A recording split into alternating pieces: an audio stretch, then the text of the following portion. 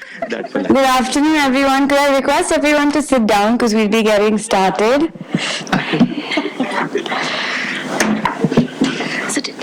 Welcome to the Women Leadership Panel. I will go ahead and introduce the panel so we can get started. We have Anjali Bansal, who is a partner at TPG Growth in India, and she is on the panel and she will be moderating as well. We have Ipsita Das Gupta, who is the Chief Commercial Officer of General Electric South Asia. We have Anjali Bais, who is the Director of Human Resources at SKF India. And we have Mr. Pramat Sinha, who is the founder and managing director of 9.9 Media Works and the founding dean of the Indian School of Business and founder at Ashoka University. So I will hand it over now to Anjali, who will start the panel. Thank you. Well, thank you very much, Aarti, and thank you all for being here. I find that discussions of this nature are only as good as the audience. It's not on, Anjali. I've been accused of many things, but not of being quiet. So anyways, I hope this is more audible. What I was starting with is that discussions of this nature are actually only as good as the audience. So we hope to make this a very interactive conversation amongst all of us. I'm sure the four of us sitting here have some experiences to share, but I'm equally sure there are many of us here in the room who will also have experiences, insights, and questions. We'll do about 20-25 minutes of a moderated discussion, and then we'll open it up to Q&A. When Aarti and Ishan reached out saying we want to do a panel about women leaders, I was like, gosh, not one more, not again, right? So we said we will make it with a difference. Since we are talking about diversity and an inclusive dialogue, we requested Pramat, and he agreed. I've known Pramat for many years. He's been a wonderful colleague and senior of mine at McKinsey earlier, and I've heard him talk about diversity, and I know some of his views, so I thought it would be useful. And since I'm sure many of us have benefited immensely from the mentors and other men in our lives, so it's good to have a diverse perspective on this panel, Pramat. Thank you. So let me start with asking each one of us here on the panel, tell me which has been your most challenging experience, or you can choose most inspiring experience on your journey as a leader. As a woman, or just as a leader? I think leadership is somewhat gender agnostic, so yes. I can take a shot at it. So I've had many inspiring instances, and I think they're inspiring primarily because of the people who are part of the journey. So in my career, so I've done a mix. It started out with doing a startup, and I was doing a startup for many, many years, and then shifted gears from doing a startup of a highly sales-driven organization, everything wanted yesterday, to a startup that was in the engineering space. So you go and meet people who do all these arty-farty things, on comms. It's all engineering design.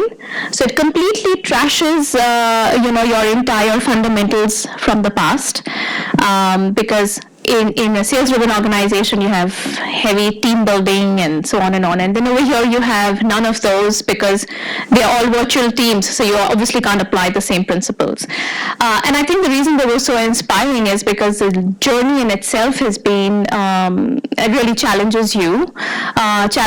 Because it questions your own ability to be agile and accept differences of thought and respect differences in itself. And I think that is something that has really helped.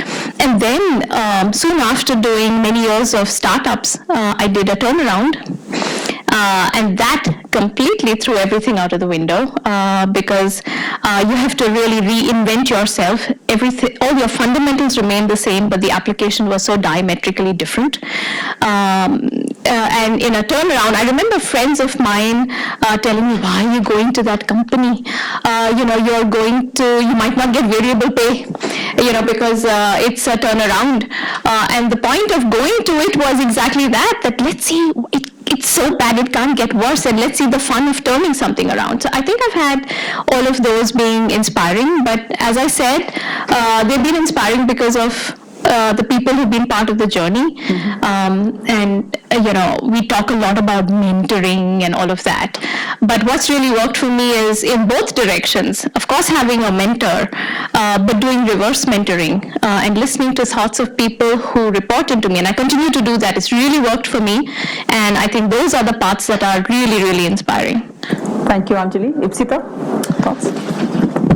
I'll go with inspiring for now as well. I'm sure you'll ask more challenging questions or questions around challenges. So I was thinking to myself, and I agree that there's probably many inspiring moments, but I think I've always been most inspired when I've started a new role, especially one that has a lot of ambiguity, because I think you pay attention differently when you don't know. So a few years ago, I was asked by GE if I would add China. I was at the time the chief marketing officer for India, and in GE that means strategy and marketing. And I was asked if I would do the same role for China at the same time. And so I proceeded into this life for the next 18 months where I would spend 2 to 3 weeks a month in China and 1 to 2 weeks a month in India. And though I had moved from the States to India about 7.5 years ago, I'm Indian, so it was not a completely different experience for me. I hadn't lived here, I hadn't lived in India, but there was a lot that was familiar. I grew up in an Indian family, etc. But China was completely different. And it was really a market that the thought I had was if I can figure out how to adapt and how to help our teams in China grow, then I really can start to say I'm an emerging market specialist. So what I found unbelievably inspiring, and it's interesting talking about it at the India Business Conference, is the way I saw people in China, our teams, customers, just the way they were curious, focused on excellence, growth. You would walk into a customer meeting, and before you had a chance to ask a whole lot of questions, you would be asked hundreds of questions. How do you do your HR processes? How do you think about this? How do you do exchanges? Where have you been living? Or how did you get from India to China? And you realize that it really culturally is a country that spends a lot of time figuring out how to take the next step and just better itself all the time, and doesn't take on everything everyone has to offer, but is extremely curious. And for me, that was really inspiring, because it was just, as I was straddling between the US, India, and China, the place where I saw people ask the most questions, express the most curiosity, was in China. And I've always believed that curiosity is one of the fundamental foundations of leadership. So, Thank you. Pranab, maybe request you. Yeah, sure. And I think the most inspiring for me have been the people in my life who've really kind of pulled me up and taken me to the next level. And you may think that I'm trying to fit this into the session, but one of the things that I feel I've been very lucky about is that I've had equally men and women who've done that for me. My PhD advisor was a woman, is a woman. I work very closely with Madeleine Albright, who's also another Czech woman, interestingly, 2 Czech women. And while there have been men in my life as well, as you know, I'm very close to Rajat and so many other people, but it's been quite remarkable how these individuals have not only taken a professional interest in your career, but have actually gone beyond that to help you personally. And that has been always very inspiring for me, which I think has driven me in a lot of what I have done, in actually taking an interest in people beyond their professional lives to help them in their personal lives. And I think that has always been very inspiring when people actually do that, because so much of life these days has been compartmentalized, and people talk about careers and bosses and mentors, and you then kind of leave the rest aside. So I think that, I would say, would be the most inspiring, the few people who have been able to do that in their lives with me. So different flavors. We've heard about startups and turnarounds, new experiences, experiencing a completely different culture from Ipsita, and then the role that mentors play in a very holistic approach to an individual and their development. So I'm going to take a step back and say, we talked about leadership. I want to now put it in the context of women and the agenda.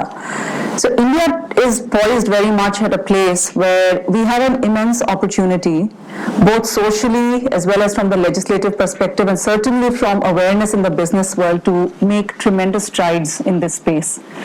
We've had the most seminal piece of business legislation to actually get passed 2 years ago, the Companies Act, which now mandates boards to have at least one woman on the board. So even if by force, you could call it, it's a blunt instrument, but it is forcing change. The dialogue around diversity in leadership ranks has never been at a higher decibel. The issue, though, of course, when we talk about women in leadership, is it takes years for people to get into leadership roles, for the most part. Sometimes entrepreneurs emerge. And to get to the end of that journey, or to some way stations on that journey has to start. So it's as much an intake problem as it is a throughput problem. I'm sorry, I'm going back to some engineering roots here. Aarti will, identify with that. So I'm going to turn back to the panel and ask a question. What is the real challenge here? Is it recruitment? Is it retention? What has your experience been?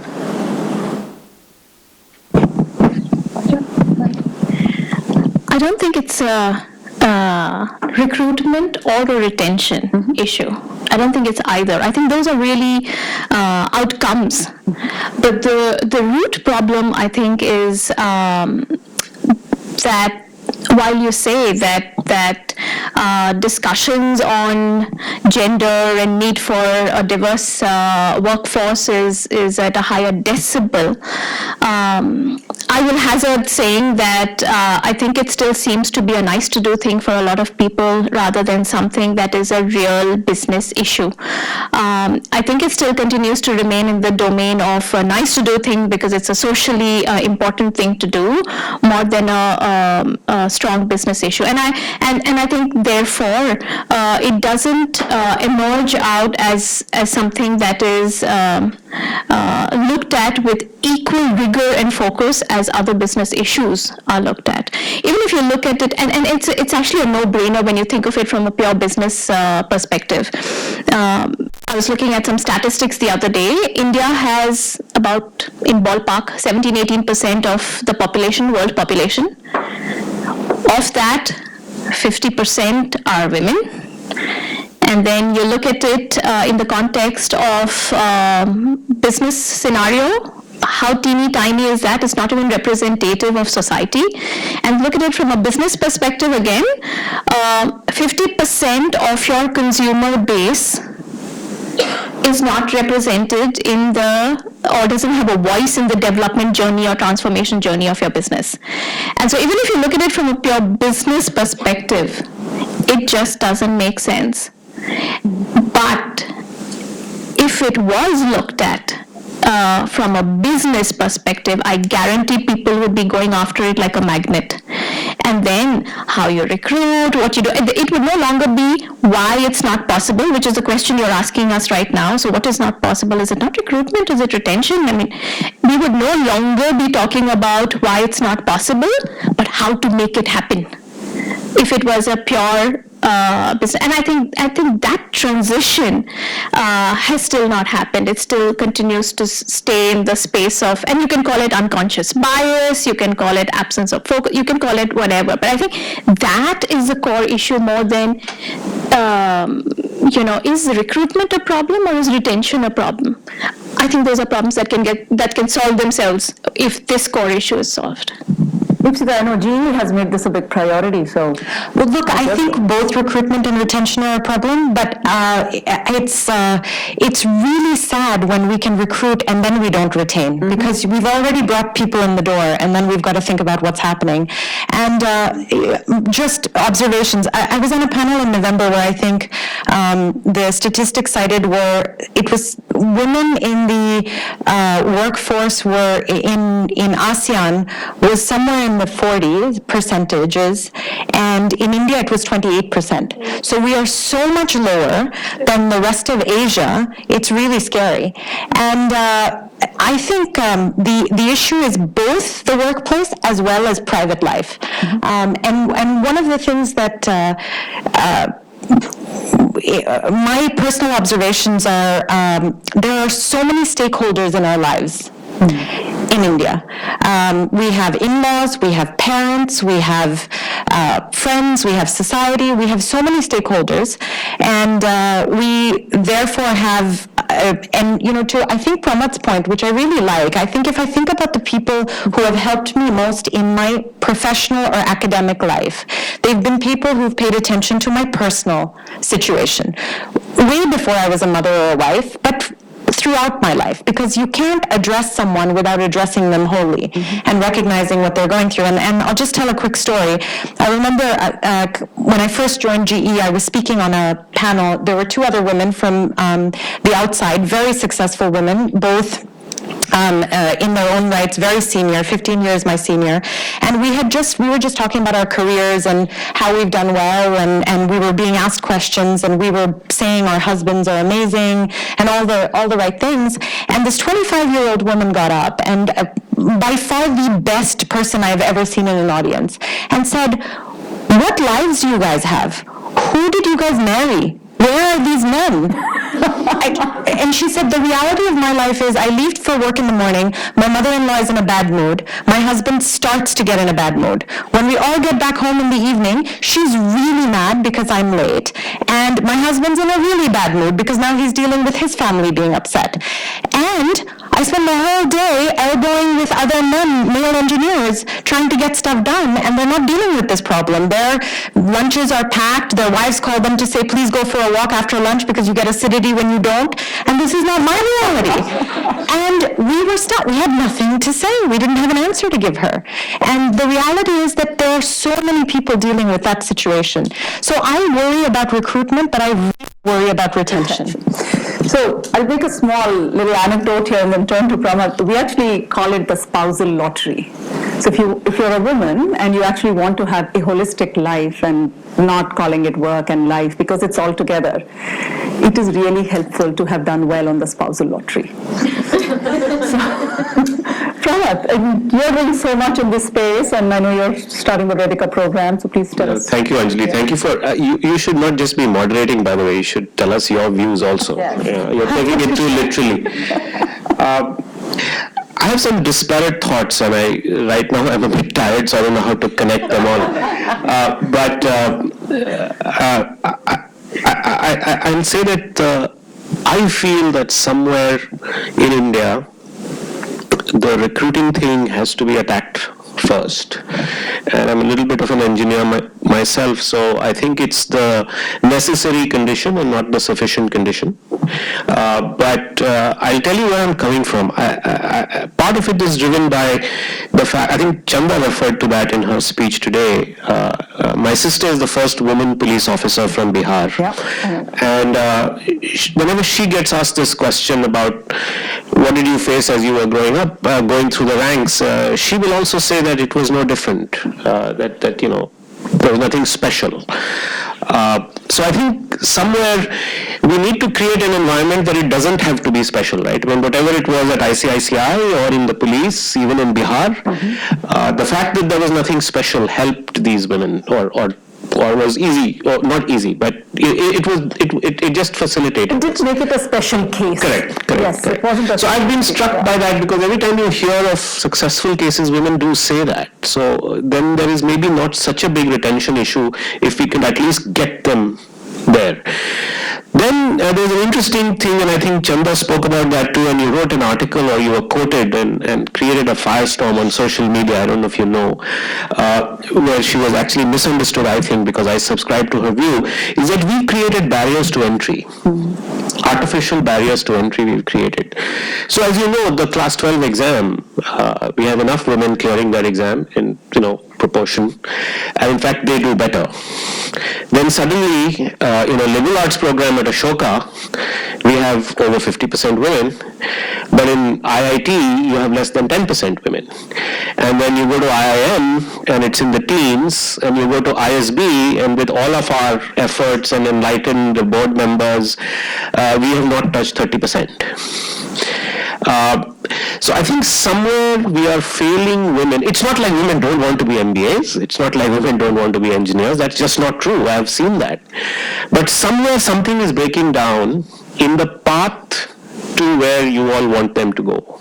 We all want them to go. And I think that's what we have to break down. So the Vedika program is my small attempt to do that. So how do you systematically remove barriers? Now these entrance tests which you referred to, Chanda, is a huge barrier. And it's not about them, women, it got into this thing about when women can do quant or not. Can they do math or not? No, absolutely not. It's not about that at all. It's actually about the fact that women get turned off by this very competitive mindset about cracking an exam and getting a 99% score. At least that's what I have heard from them.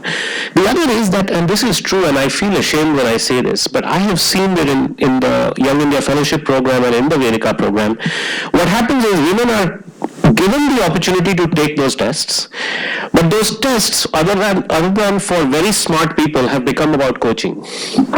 And families will actually not spend on coaching for their daughters. And it is sad, and you may say that, I'm being provocative about this, but it is true. So what happens is that they are just not able to clear the exams or get those marks, and so they are not able to make it. So at Vedika, we've done away with all tests. There are no tests. We don't look at marks. You look at it 1 mark from class 10 or class 12 or grad or post-grad. If you can show me 1 mark which shows that you are above a certain threshold, we'll take you. Right? And then, of course, I don't want to talk too much about it. But I think the other small last thing I'll say is that it's very interesting that there is something to be said about all women's programs. And I've studied this quite diligently at the school level and at the college level, and most people today dismiss it. They think it's anachronistic. I think it isn't. I think there is still room in this world for creating all women's programs, and I'm very proud that we have the only women's MBA program in the world, right, which just focuses on women MBAs. So I'll share a couple of experiences as well. Actually, picking up on that, I went to an all-girls school. And I think at till the high school level, it was the most, looking back, it was an incredible experience. It did not impose any socially defined gender roles on anybody. So it was okay to be good at math, it was okay to be good at sports, it was okay to lead teams, and it did not make you unpopular in your teen years vis-a-vis the boys and so on, because there were no boys. So there is something to be said for all girls programs. A very close friend of ours, their daughter, who's now entering freshman, she will join the freshman year. She actually wanted to go to an all girls undergrad program in the US. So she applied, she got it. So there is certainly a case to be made at some part of the educational cycle, particularly in societies like India. And why just India? Even US, there's lots of good research actually being done by Harvard University around how many women, even after graduating from the best business schools, the best law schools, eventually end up having their 2.5 kids and dropping out. And there's no judgment around what's a good choice or a bad choice, as long as it is not a socially defined choice. So, yes, absolutely. If I may talk about the recruitment retention issue, there is a lot of focus now that companies, particularly corporates and American corporates, are putting on recruitment. Where I think we are not perhaps doing as much is addressing the leaky pipeline, because in order to get to the end of the journey, we need to have a consistent high quality throughput. So it is recruitment, it is retention, and it is development of leaders in a way that is somewhat gender agnostic, because none of these smart, talented women actually want to be that special case. You don't want to be the one who is part of those, 5 people in a cohort of 30 who's getting special treatment because you don't get the respect of your peers. So, but there is something to be done, and it has to be more holistic. I think society plays a role. We can't reform society, but we can certainly influence our own organizations.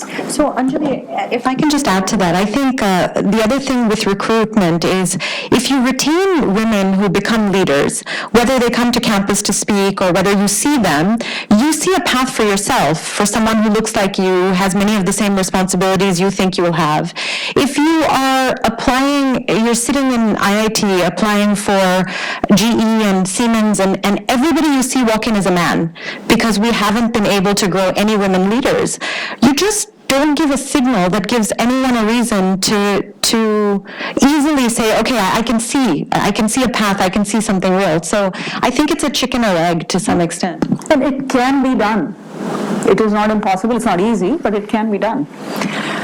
So I am going to ask you, what has been your most challenging experience as a woman in business?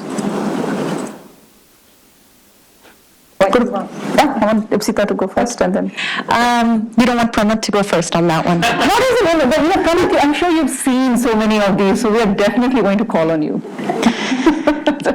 So, the interesting thing is, I think it's hard for me to give a most. I think my sort of career has been riddled with small things, not big things. Walking into a meeting with a colleague where the immediate assumption is I'm the junior person. Being asked, having somebody walk into our house for dinner and turn to my husband and say, "You keep Ipsita so well." Like little random things. And it's not, I'd have to say, I would agree with Chanda or your sister or anyone else that there has never really been anything big that stood in my way, right? I think that 25-year-old woman is right. For the most part, I've been in all the right institutions, the right organizations, born in the right family, etc. But it's all these little things that happen and that happen over. And as you grow older, there was a point where I would fight about this every time it happened, right? When we first moved, people would say, "Why are you in India? What does your husband do?" And I'd have so many fights with my husband that we'd go to a dinner the next day and someone would ask him, "What do you do?" And he'd say, "My wife works at IBM." And they'd be completely confused as to why he was answering that question. But as you grow older and you get a little bit of perspective, you realize it's not people actually intentionally doing it. And so, my reaction to the all-women's school, I think it's a great thought, and I agree with it for the women, but I really worry about the men. Right? Because I think the men have to see strong women who are not affected by gender, who are not worried about whether they can date someone or not if they study math. And I worry about leaving the men behind. Right? Let's come back to that, because I do want to come back to who do you educate, the women or the men? And I have a view, obviously. But Anjali, your most challenging moment or moments? There are a whole host of them, and it really pans across. It starts right from being really teeny tiny. So I come from a defense family, and it meant going to 8 schools, to colleges, doing all the boards, ICSE, CBSE, SSC, you name it, and I've done it. Been in an all-girls school, been in a mixed, school, done an all-girls college, done a mixed college. I mean, I've done the whole space, and I think all of that has been challenging. I think as a kid, they seem like many degrees of change.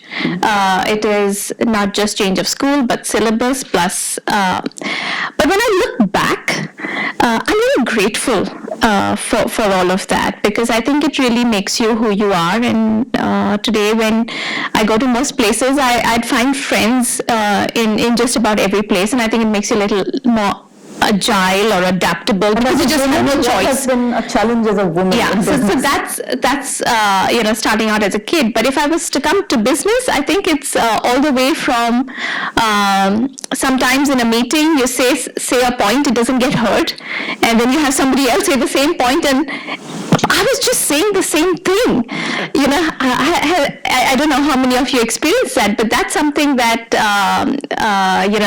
I experienced, not having the voice be understood. But then when a male colleague says it, it gets picked up as something that makes sense. Two, I think the fun part of dealing with unions. So I, by choice, have been in manufacturing companies, so which means dealing with unions.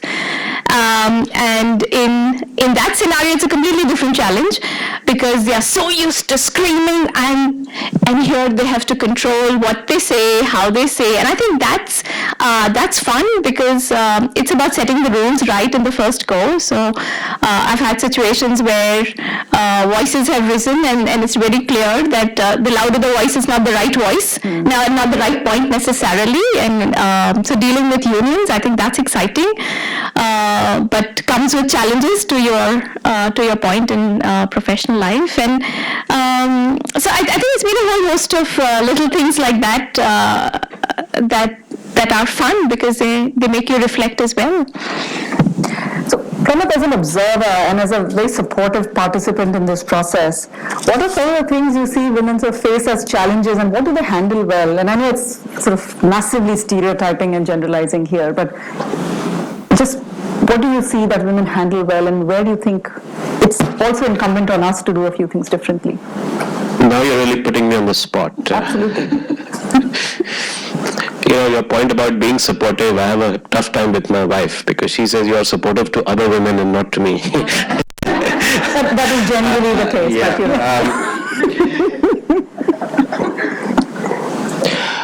I don't know. I have always found that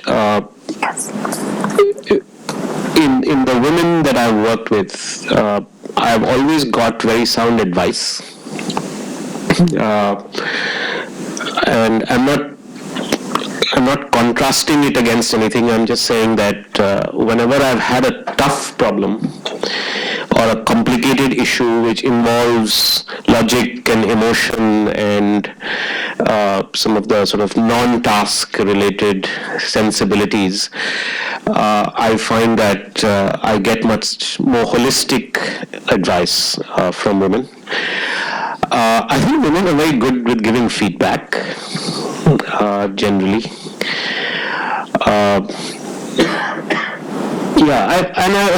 I've in some cases found some kinship with women as well. I don't know if you know, but I was a diversified hire at McKinsey. And this was the time when non-MBAs were treated in the same bracket as women. We were paid less, and we were on test.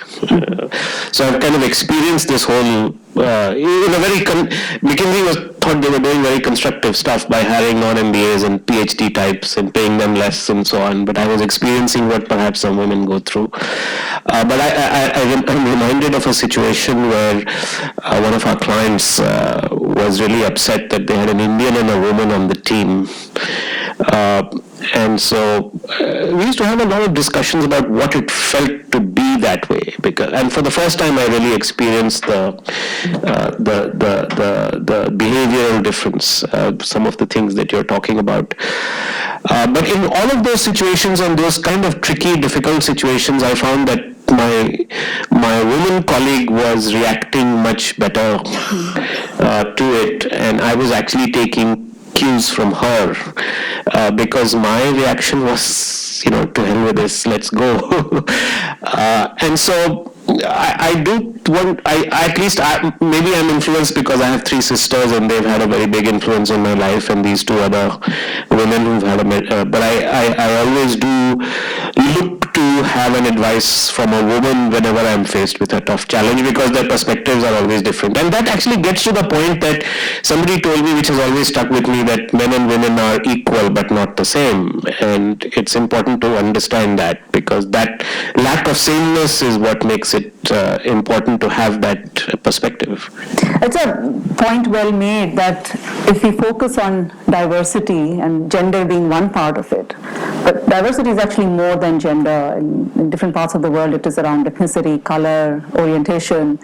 But it is about different points of view, and accepting the different points of view and different perspectives actually make for a richer dialogue and ultimately a richer outcome. I've been part of several discussions like this and a few committees and task forces around women, and it's called either empowerment or leadership or something along those lines. And one of the things that has actually emerged is business and organizations have to play a role, a facilitating role. Society has to play a facilitating role. But a lot of it is also about the individual. These are not easy choices. And we will come to the work-life balance question at some point. I'm intrigued and amused now. I used to be annoyed earlier. I'm amused now why men never get asked this question around work-life balance. Because as a society, we assume that it's the woman's job. Right? I don't know any male colleague or friend or family member who actually doesn't want to spend more time with his kids, right? Or at least admits to not wanting to spend more time with his kids. So why is it a question only for women around work-life balance? That said, it is what it is, and some of the fire actually has to come from within. Speaking of fire and within, I'm not going to lose the opportunity. We do have Chanda here in the room. Chanda has been an amazing role model and an eminent one for many of us. Chanda, please share your thoughts on this topic. Your challenges, ICICI has been a wonderful institution. You've created several generations of women leaders. What has worked? So, first of all, I wasn't supposed to be speaking. I came here to listen to all of But we're here in this room, we're getting cold calls, so go for it. Supposed to participate. Yeah, and with cold calls. And cold calls. Yes. Sitting in this, sitting in this classroom. For class participation. Yes. So I said this in the morning as well, that what I think has really worked is making women feel that they'll get their due, and I think that gives them a lot of confidence and a lot of comfort, and I think that is what makes them grow. But to your point on do you come across these small challenges, and you always come across them, but you have to kind of ignore them and keep moving, and that's what works.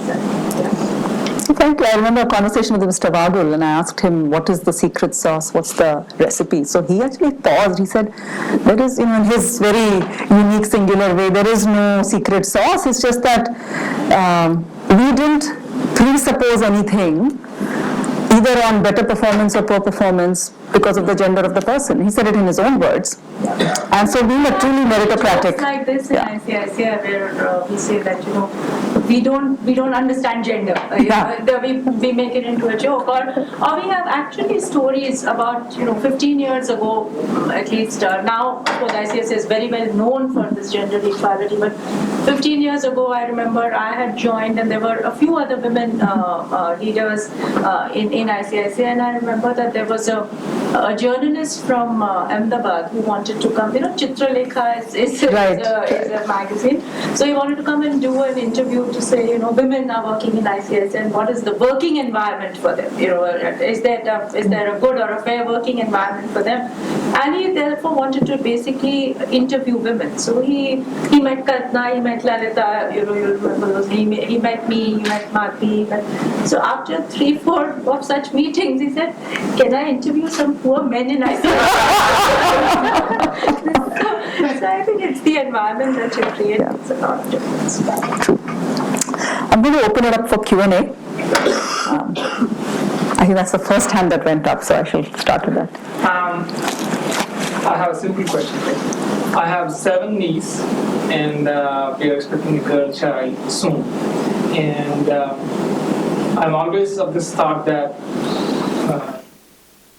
men and women, girls and boys are equal, but not the same. They should be given equal opportunity for anything that they want to do. So what would be one advice that I would give my daughter or my niece for them to be a shining star? So first of all, congratulations that you're going to get a little angel.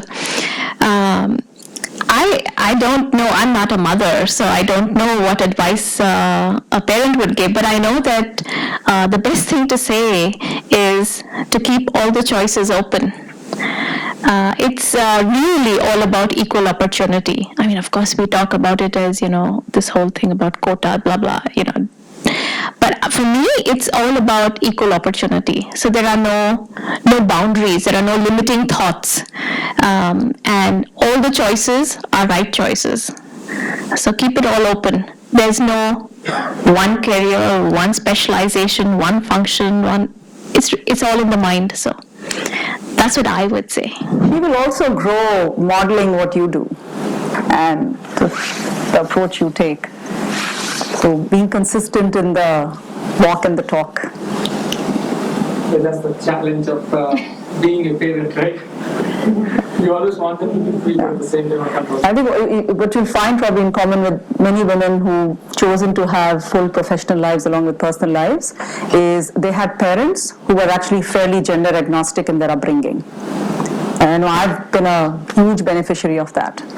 So it was my parents, I never grew up thinking, I'm a girl, so I have to do this. Certainly, and I'm sure it's similar for others as well, and for a lot of the women I've talked to. We can go to the speaking study now. So I happen to be one of those men who were educated by Cramad's fantastic university, and I'm really speaking as a proud alum.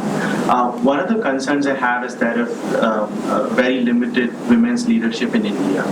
And as someone who studies social science, I believe it's the design of the institution that doesn't allow this huge base of women that you have at the lower levels to mature into someone in the senior level. And like you discussed in the panel about how it's about being competitive, it's about being hustling. So I feel that the path to reach the top is so male-centric in India that by design you're excluding a lot of women into taking senior leadership positions, that someone like Mrs. Kochar is an exception today as opposed to being the rule. So I'm interested in knowing what organizations must do structurally to have more such leaders today. It's a great question. I'm going to turn it to the whole panel and ask two things. One is, what is your opinion on what needs to be done? And two, what are you actually doing now that you're in a position of leadership to impact this change?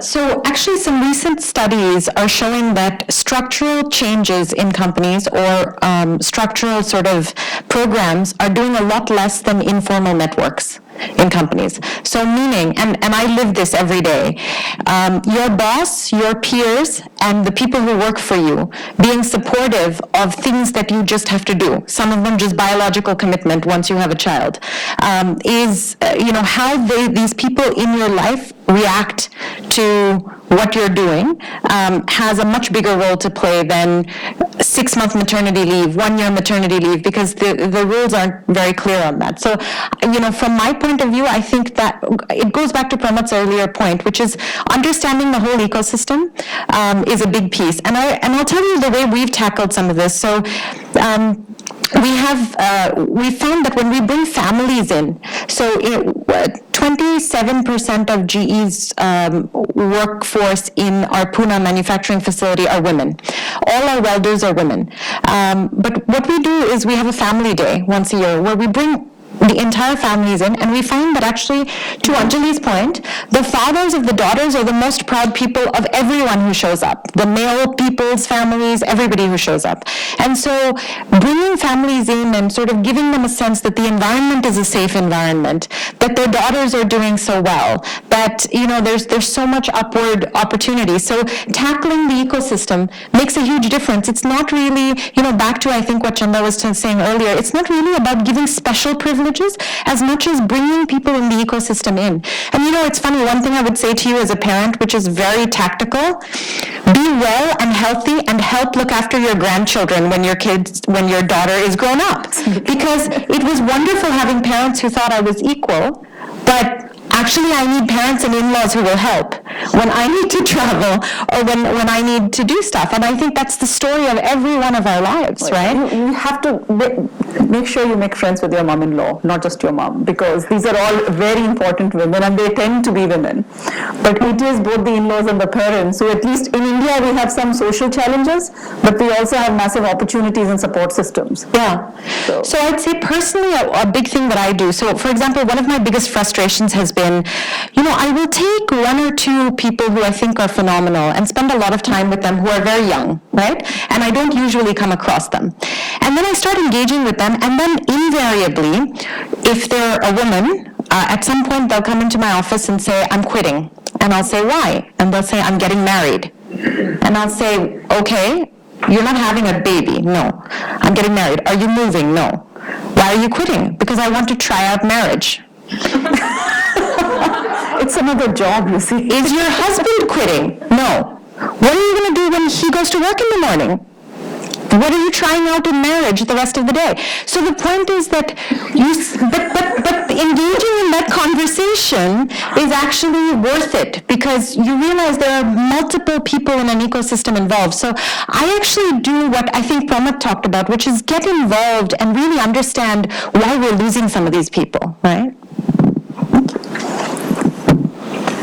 Sorry, we'll go with the... I can actually share a few as well on what we do. I agree with you on the fact that a lot of informal networks really help. But I think having some formal actions also really act as enablers in the process. Somebody talked about how women are falling off and how do you really retain them once they get into the system. And I resonate with what you say on the fact that a whole host of support systems that really make you grow are in your personal life or social support systems. So some of the things that we do are actually around these areas. So it's easy to get them in, and then those who hold on tight make it to the top, but then you have a whole chunk that's gone. And so we actually at SKF are doing a fairly large number of things. So we have 1 year fully paid leave, so they can try out marriage and they can try out having a baby and they can try out all of that and get paid for it because that's the time in their life that they need to be financially independent as well. So it's actually a full year off, and it's not about men and women. I know you talked earlier about what about the men because all of these policies are really gender neutral. So, Anjali, you said some time ago, how can we arrive at a point where it's not like you're doing something special only for women? And I agree with you. It's not. You don't want them to stick out and get something as a benefit because of their gender, but rather because you're addressing a generic need. So it doesn't matter. We have maternity leave, we have paternity leave. It's for biological, parents. It could be for adoption. It could be for assisted birth. It doesn't matter. You get for maternity 1 year fully paid off, and then there is a point in time when women, after being or anybody being out of context for 1 year, come back. There are these issues. Oh my gosh, have people gone ahead of me? Have my peers gone ahead of me? Am I still able to think business, or have I become only thinking nappies and all of that? And so we have what you talked about, very informal coaching process that helps build that bridge for them to come back, because we don't want people to lose confidence, because then that really slows down their growth. Are you seeing the impact of these programs? Yes. What's been the outcome? Yes, absolutely. In fact, I think what it has done is it has given them a choice. We have a creche on our facility as well, so it gives them a choice. Some of them have chosen not to take a leave for the full year, but have by choice decided to come early, because we take kids in the creche from 4-6 months and so on. So I think earlier there was no choice, but now I think we empowered them to take that decision. The other is, I think, just about this whole inclusiveness. Many companies have insurance coverages, and they have all these waiting periods. So, when you want to take somebody in, and suppose it's an expectant mother coming in for a job, she doesn't go into any waiting period. We waive off everything. So, all pre-existing, all maternity benefits, there is no waiting period. It's borne by us completely. So it doesn't matter what stage in your life you're arriving at our company. You could be expecting, due to deliver. It doesn't matter. So it's policy, it's process, and it is mentoring and networks. Exactly, because to your point about the fact that of course there are governance and laws, and whether it is 6 months or what the government is trying to do, but who said we limit ourselves by those laws? They can always get better. And it is really like a tripod. I get inspired looking at that camera there. It's, if you need a steady picture in the future, I think it's about like you said, we as women, how do we limit our thoughts and how do we liberate ourselves from that? Of course, all this organization being inclusive, empowering people and all of that. And then, of course, men, which we haven't yet talked about, but it would be interesting to talk about that as well. All the come up in a question. So let's move to Last question. last question because we are running out of time. Yes. Hi, I am actually, my name is Rashmi, I'm a graduate student at MIT, and before that I was at Johnson & Johnson for about 8 years. And I was in the middle management. And I have a question. What I've seen is, as a leader, you have to take tough decisions. And sometimes it's towards your organization, right? And if women take those tough decisions, or if they are tough, they are perceived as aggressive. So my question to you is what have you guys seen that? I'm sure as a leader you might have, I'm sure you had to take decisions like those, or had to be tough with people. How do you deal with that? How do you deal with that perception? I'm going to ask a question back. Would you deal with it differently if you were a man? So with a man, what I've seen is that it's not perceived as aggressiveness, it's perceived as assertiveness. And with a female, it's more as... So I'll ask the question again, why does it matter how it's perceived? When you're doing a job, it's your obligation to your organization to make a decision. It may be a tough one, but you have to make the right decision. But if you have to, if you want to go up in your career, you want to climb the ladder, a lot of it also is dependent on the perception. And if you're perceived as an aggressive person, then it's just tough to go up. Thoughts? I can share thoughts, but I invite the panel. Pranav, and you see this on the other side. I think I'm where Anjali is. I have to tell you, a lot of these issues that we are creating between men and women are actually real. And I agree with, I don't have a problem with what you're saying. I don't have an answer, honestly. All I can tell you is that these kind of perceptions affect both sexes in different contexts. I think there are men also who are often misunderstood. And so I don't think you should take it as a perception or a difference issue. I think, like Chanda was saying, some of these things you just have to keep forging ahead, and people will recognize that you are not that way. And if the organization doesn't recognize that, then this is not an organization you should be part of, is the way I would put it. Because I don't think you need to change your behavior. If you are doing the right thing and you are doing it, I've been accused of being aggressive sometimes, I've been accused of being unreasonable sometimes, and like I was giving you the example, when I was treated as an Indian or a non-MBA, I was in the same situation, that I was stupid and I shouldn't have been on that assignment and so on. So I think we all will go through these in different contexts. It's better to just keep doing what you think is the right thing to do, and yes, you will be disadvantaged at some points, but hopefully it will all average out. And there is enough of a war for talent that if you find you're in a place, and regardless if you're a man or a woman, where you're not being appreciated, or you feel uncomfortable taking the right decisions which you genuinely believe are the right decisions, then I think there's a different thought and question. to whether it is the right place. I actually got some very, very good advice early on in my career at McKinsey in New York. I was, You were I used to very think- aggressive though. I was very, very. So I was this, Indian woman who had landed in the US. I'd never worked in the US before, right? And I was doing FIG in New York, which, as you can imagine, is as intense and aggressive as it gets. Wonderful men. You could have a great time if you want. In detail, but so my client teams were all men. My McKinsey project team was all men, and all wonderful men. So there's no complaints about it being all men. And I used to have the situation where we'd be in team brainstorming meetings. It's getting intense, and so one day my SEM those days, he pulled me out, and he was this fast-talking Greek, very aggressive guy. You will know him from us. He says, "Why do you not contribute more?" I said, "I think I contribute enough, in the nice, polite, I'm an Indian girl raised nicely kind of way." And he says, "No, but you don't speak up." I said, "I speak up." He said, "Yeah, but somebody else starts speaking, you keep quiet." I said, "Yeah, because I don't want to interrupt somebody. That's not how I was raised, and they are all yelling, so how do I?" So he said, "You speak louder." Wait, it's as simple as that. So I think some of this thing about... I can't resist but tell you that I was given the same advice. There you go. So it may not be about gender at all, and some of these things we create in our own mind.